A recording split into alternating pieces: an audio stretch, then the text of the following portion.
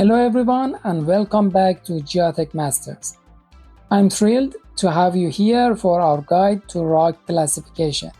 We have spent a lot of time in the field. We have learned how to identify rock, measure discontinuities, and calculate RQD. But today, we face a very big question.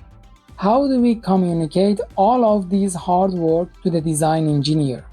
Have you ever wondered how we write down a full rock description so that anyone, anywhere can understand it?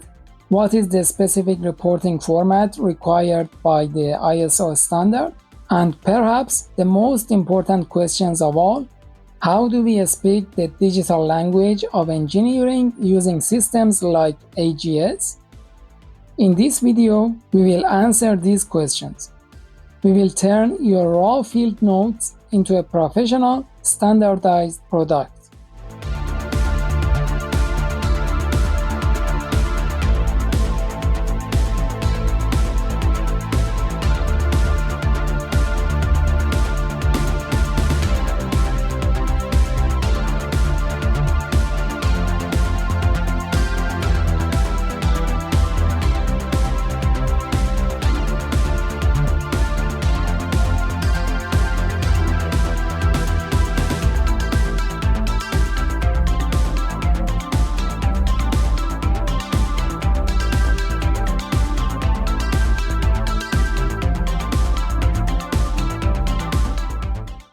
Let's start with a hard truth.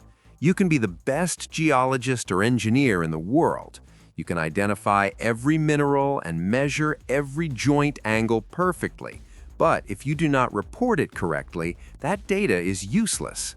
The report is the only thing the client sees. It is the legal record of the ground conditions.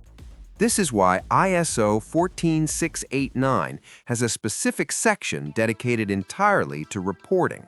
The standard states clearly that the reporting must state that the description and classification were made in accordance with this document. This statement is your quality stamp. It tells the reader that you followed the rules we have discussed in the last episodes.